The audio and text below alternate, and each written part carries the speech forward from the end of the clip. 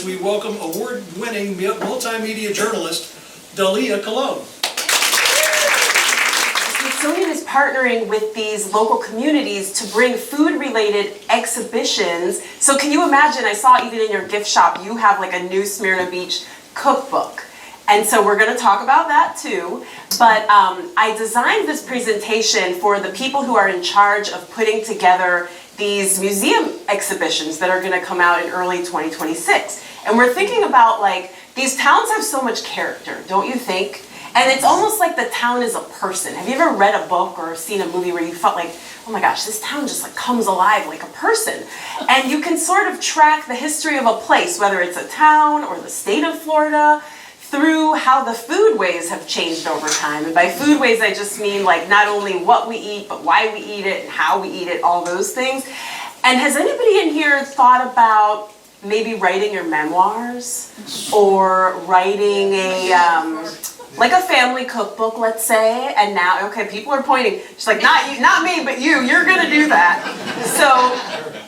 So summertime is actually a really good time to start something like that, because you could even give yourself a deadline of like next holiday season. Imagine giving everybody in your family a copy of like a family cookbook, a church cookbook, a community cookbook. Maybe you get started on writing a memoir. Maybe you just do it for yourself. I have a coworker who's kept a food journal for 20 years. Wow. Yeah, because she's in fitness competitions and it's helpful to know what she eats, but it also tells you a lot about yourself. I found a receipt. Do you ever like have, I mean, we don't need coats a lot here, but I found in my winter coat a receipt from Publix from like 15 years ago, and it was the same breakfast that I eat now. It was like oatmeal, blueberries, raisins, nuts. I was like, wow, you have not changed one bit. And so that's kind of the framework here. I know not all of us will put together a museum exhibit, but food is a good way of sort of organizing your life story for whatever you wanted to do with it. And so that's kind of, we're going to talk about Florida's story, but also how it relates to your story. And I'll tell you a little bit about myself. I do host a podcast. Does anyone listen to NPR? So this is, thank you for listening. So this is a podcast called The Zest that's all about Florida food, and it's part of the NPR network. So if you have a computer or a cell phone or an Alexa or anything like that, it's kind of like a radio show that you can listen to whenever you want. But I've gotten to work with Visit Florida. I've written for Forum magazine, which I think you have like one more copy left over there. If anybody wants to grab that, I write about food for them. And then one of the coolest things I got to do, are you familiar at all with the James Beard Awards? It's kind of like the Oscars of the food world. And it's wild because yesterday I was eating peanut butter and jelly for lunch, but like a couple years ago I was judging the James Beard Awards.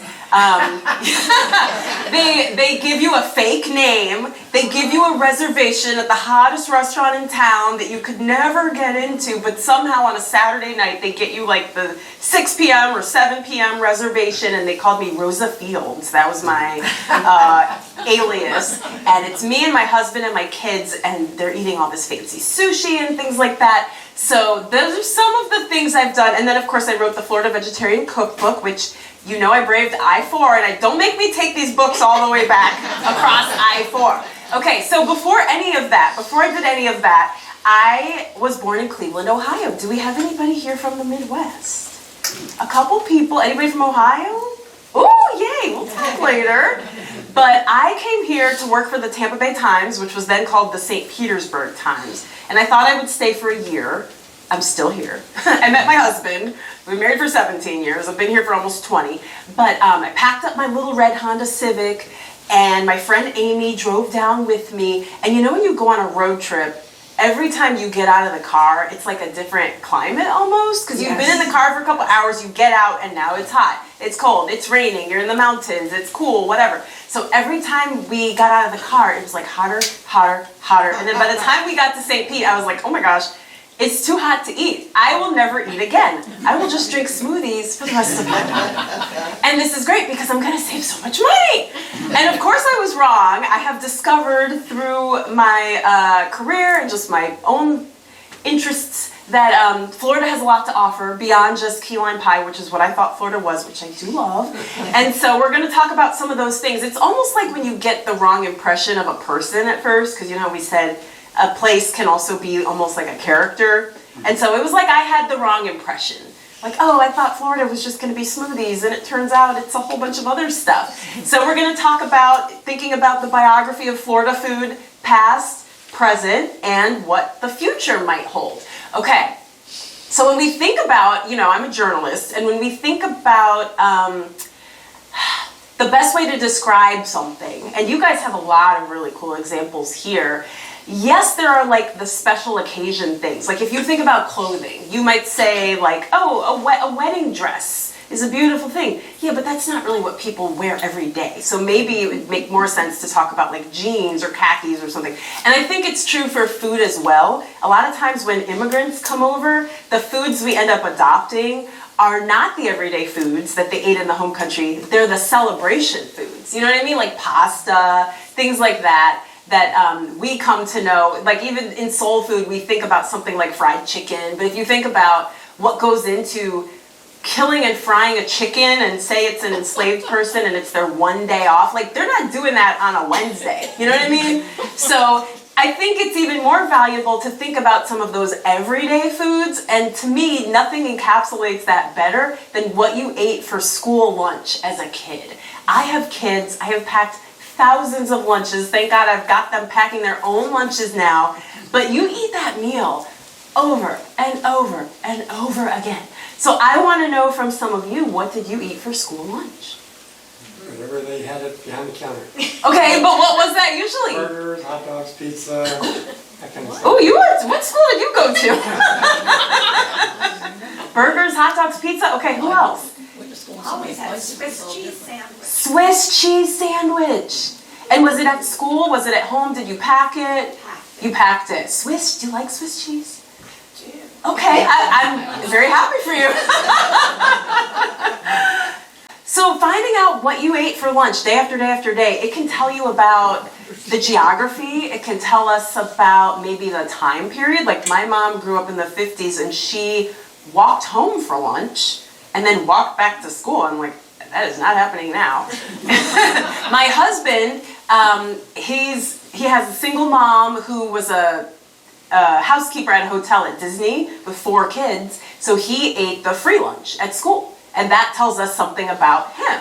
You know what I mean? So we can learn a lot from people, from what they ate in everyday life. So if you were to do any sort of whether it was writing a memoir or maybe interviewing a relative about, their life story and things like that, it's great to ask people, what did you do on your birthday? What special food did you serve at your wedding? But I think it's even more telling to ask something like, what did you eat for lunch every day? Or what was like a special treat that you would get, on a Sunday after church or something like that. It can reveal a lot. And the same thing is true when we think about what Florida's first people ate in the past.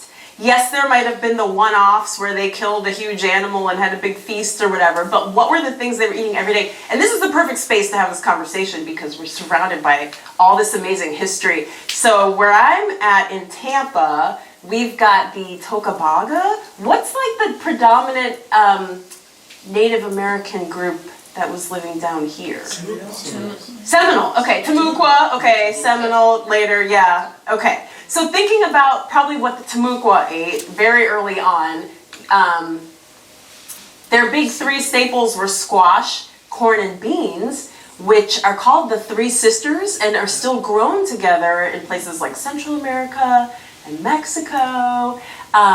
Because, that's pretty much a complete, you could live off of those 3 things. You've got your protein, you've got your carbs, and, going back, I was talking to somebody, and she was like, oh yeah, Florida's first people, like the crackers and what they ate. And I was like, we're gonna go back just a little further than that. But if you think about, these are all things that we still eat today. The corn was a little bigger. It was almost like those cornucopias you get for like a Thanksgiving decoration, that kind of like firm corn. And then the squash, in Spanish, calabaza means pumpkin, and that's what they would translate it to. So it's kind of like a big gourd. And they would even dry it out. And do you know what they would do with it? Drum. Ooh, that's not a bad idea. Maybe. I'm not saying they didn't do that. But they also would grind it up and use, what'd you say? Flour. Yeah, a sweetener actually. So think about it, 12,000 years ago, there was no sugar cane here yet, so what are you gonna do? What are you gonna put in your Starbucks, right? They would use it as a sweetener. But then, these different turning points. So like I told you about my friend who keeps the food diary, bless you. I bet something happens on a day when she doesn't eat her typical meal. You know what I mean? Oh, it was my anniversary and my husband and I went out to dinner, or I was on a vacation. Like it's almost like a noteworthy thing when you stop eating what you are normally eating. It's like an indicator that something has happened. So the first big something that happened for what we're talking about is when Ponce de Leon came to Florida, right? And so now the Spanish are introducing foods like pork. Do you guys have like wild pigs running around? Yes. Okay, it's a problem, is it not? Yes. We have them in my neighborhood too. I have to have my bright lights on at night because the mommy and the piglets are just like crossing the street and things like that. Well, you can thank Ponce de Leon for that because they needed a quick way of reproducing food. So why not bring pigs? Now you have pork. Now you have citrus that they brought from Asia because we're not drinking this water. We don't want to get scurvy. We got to put some citrus in the water, right? So now, obviously, tons of citrus. Garlic, thank God for garlic, right? Yes. Wine, because again, we're not drinking the water, so even kids are drinking wine. Have you ever been to Europe? I don't know if this happens other places, but we went to Portugal last year. My stepdaughter is a professional basketball player, and she was playing in Portugal at the time. And my husband and I, it was actually great because the hotel was right across the street from a restaurant. So we could leave the kids in the hotel and go have dinner, just the two of us. And towards the end of the dinner, I'm like, man, I am feeling really thirsty. And I realized they just kept refilling me with wine. They were treating it like it was water. But that's what they were doing too. They must have been very thirsty. Okay, so they brought all these foods. They also brought something not so great, which was slavery. But the enslaved West Africans had their own food traditions. So who likes barbecue? Okay, you can thank them for that. Hoppin' John and gumbo and all those greens and yams and things like that. So they brought that over. So we've got a lot going on in Florida, and yes, we do eventually get to the Florida crackers, because I gotta give a shout out to my friend. And these were their staples. So everybody's got their staples. Has anybody had any of these in the past week? Cane syrup, sweet potatoes, coffee, biscuits, boiled peanuts. Yeah, probably you've had coffee today, many of you. Yeah, so you're probably wondering what this is. This is my son Benji. Oh, he's adorable. He doesn't know that he's in this presentation, and you're not gonna tell him. He just turned 9 a couple weeks ago. So this is when he was a baby, learning to eat solid food. Has anyone ever tried to feed solid foods to a baby? Yes. It is very messy, Mr. Messy, right? Because drinking milk is so easy, isn't it? Like either you're breastfed or bottle fed, and it's a lot of work to like put that spoon up to your mouth and swallow the food and all of that. But I feel like that's what happens when we start to learn a new way of eating. It's almost like we're a baby, Florida's a baby state, and we're trying to figure out how we're gonna eat as we grow. Okay, so someone coined a term that I thought was really interesting, your palate perspective, meaning like the way you think about food.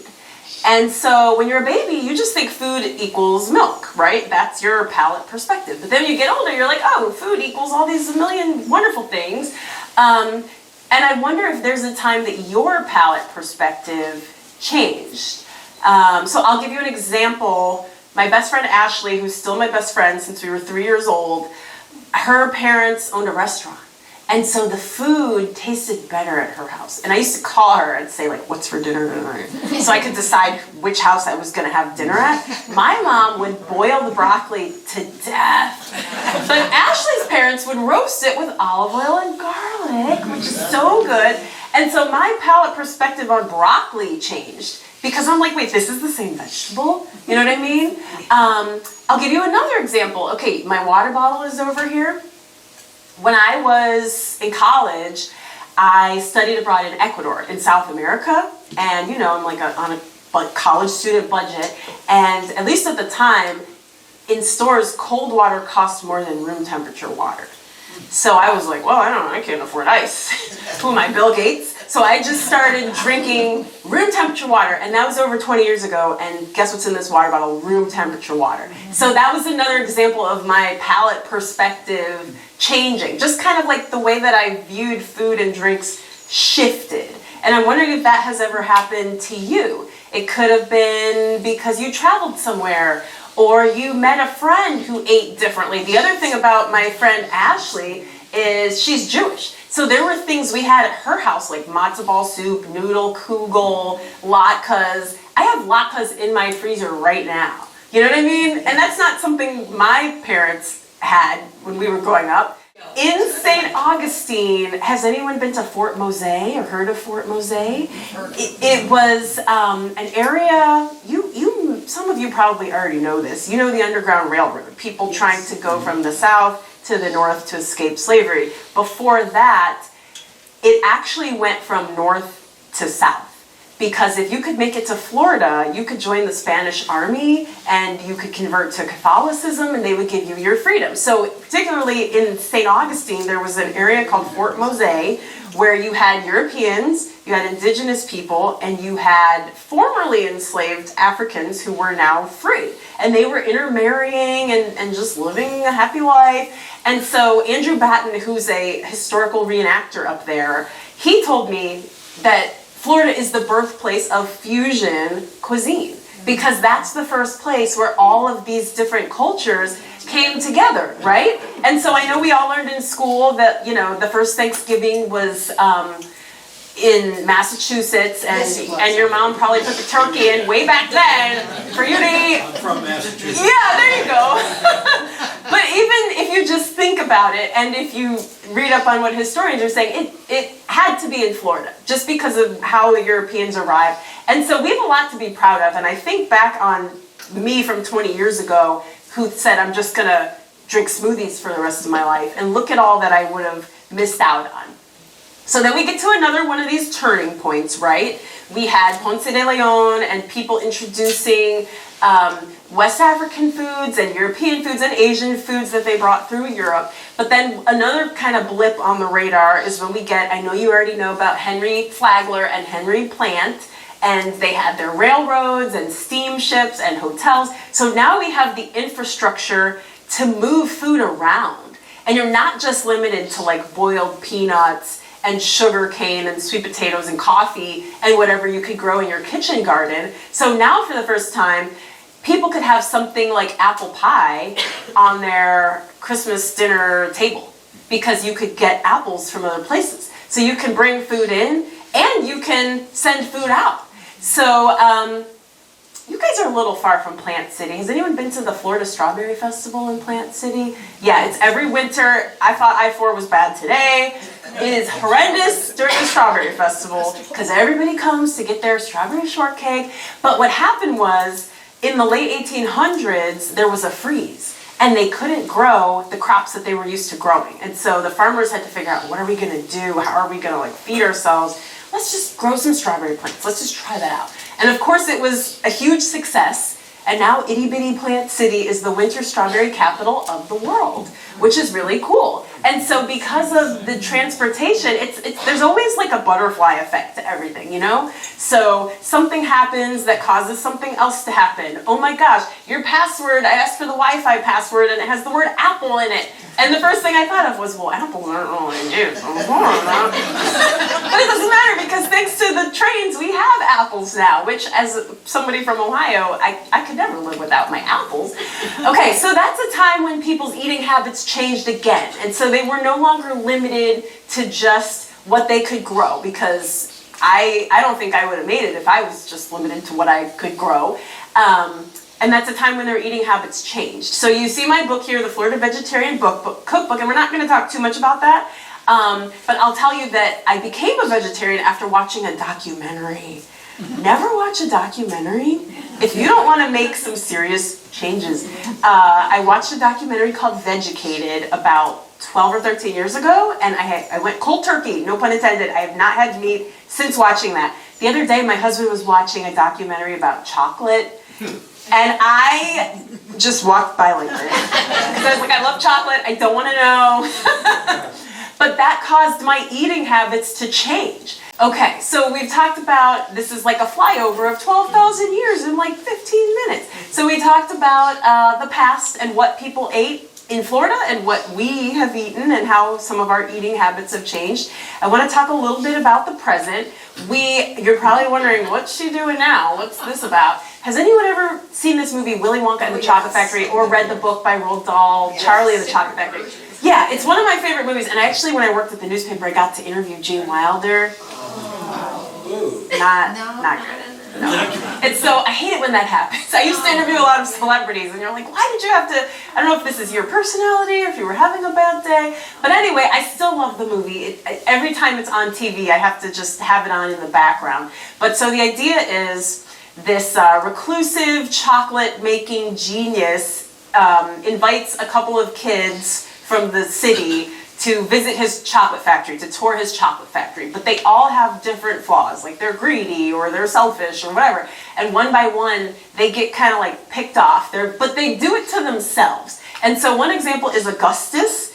He can't resist the river of liquid chocolate. And I probably would have been an Augustus if I were there. So he's leaning over to taste the chocolate. He falls into the river and he's sent away up this chute, never to be seen again. Now, what does this have to do with anything? Okay, I think we've all been like Augustus in one way or another, where we just had too much of a good thing. Maybe we ate too much and it made us sick, or you were trying to run marathons and you realized meat isn't really helping me feel that great, or whatever. So is there a time when you had kind of your own Augustus moment and maybe overdid it on a food, or you just loved it so much? When I was a kid, I used to eat yogurt all the time, and now I don't even like yogurt. My kids love it, my husband loves it. I haven't had yogurt in years. Do you remember when the citrus industry was like hot stuff? Yes. And we have the railroads now, right? So we can send oranges and limes and all kinds of fun stuff all over. We can fly it in planes overseas to the troops fighting in World War II and just kind of pump everybody full of... Did anybody grow up with the little cartons of milk? I grew up with those. I think, yeah, they still have those. You know what? They have those. This is not part of the presentation.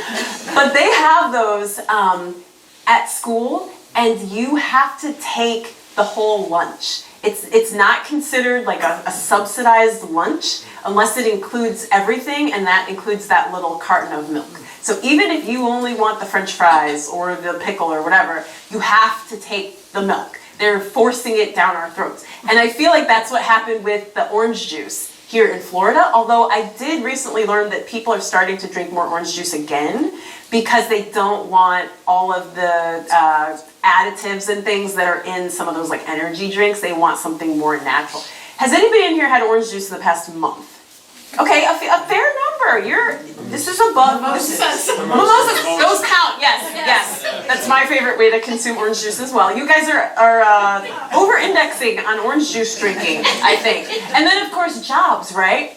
But then what happens? People don't want to drink quite as much orange juice. Maybe they don't want the calories, or they just would rather eat an orange or something else. Obviously, citrus greening is a huge problem here. And then running a citrus orchard is not easy. So a lot of people, maybe they got it passed down in their family, but they want to turn it into something else. Maybe they want to use it for condos. We'll talk about some of the other things they're doing with it.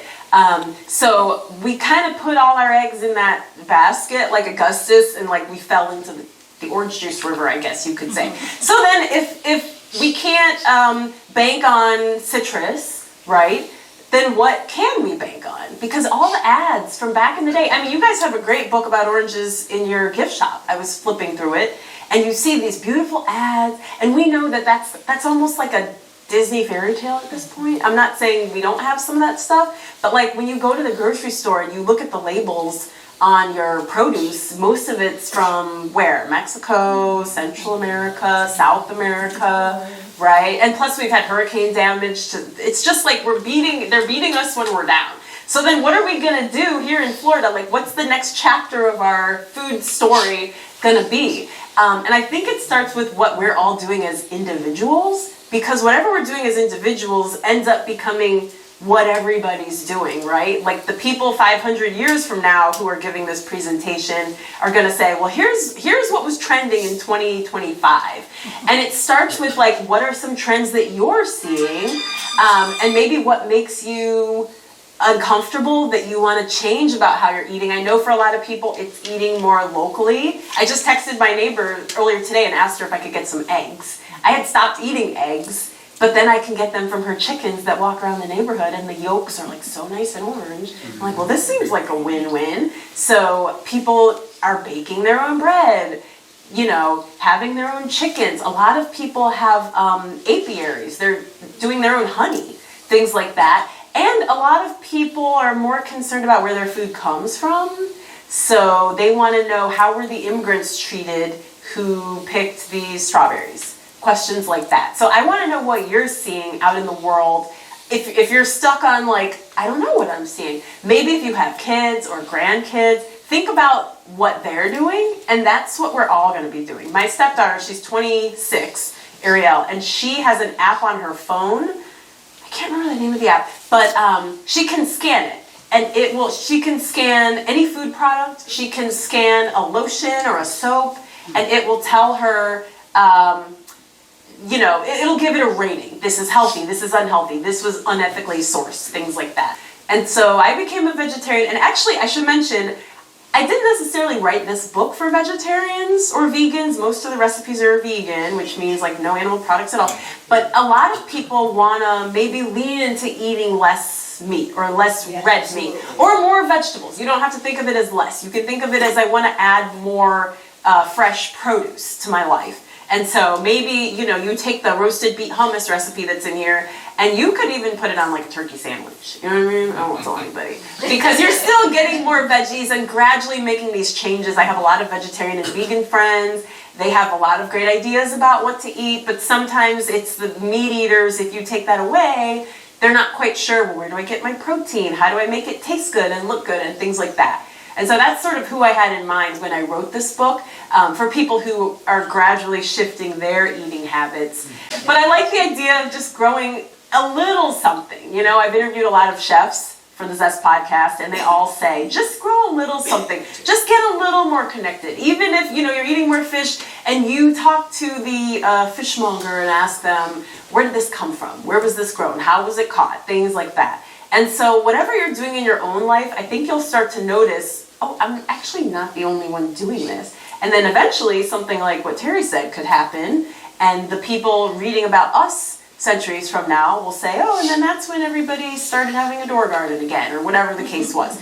Okay, this is a Netflix show. I don't know if it's still on Netflix. It's called Orange is the New Black.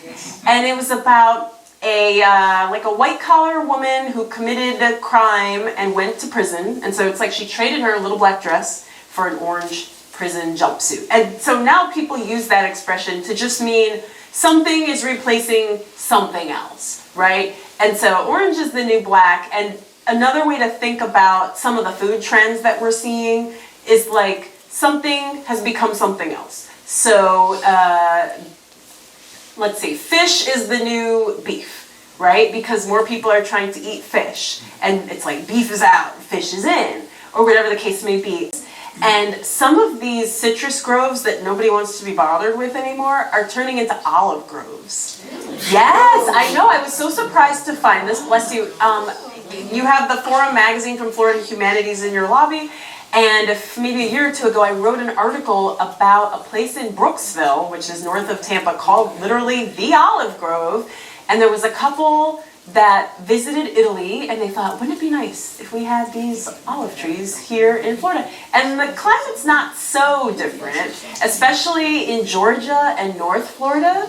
So there are a lot of olive trees popping up in people's yards, in these groves, and the infrastructure is similar. So whatever was in place to package and process the citrus, they've now just kind of replaced it with olives and olive oil. So just, you can be aware as you're moving throughout the world, you know, what are you seeing? Oh, I saw this at the grocery store, and then I saw it in a restaurant, and then my godson told me this, and then my granddaughter said that. And you start to like pick up on these trends. As a journalist, we're always looking for trends, but you can do that too. just to see and then you can decide for yourself, is this something I want to hop on, or do I just want to keep doing what I'm doing? And there's no right answers. You guys are so sweet. It was worth I-4. It was worth it. Thank you for having me. This was a lot of fun. You guys are such a fun group. And thank you, Greg. Greg is phenomenal. Yes. You know.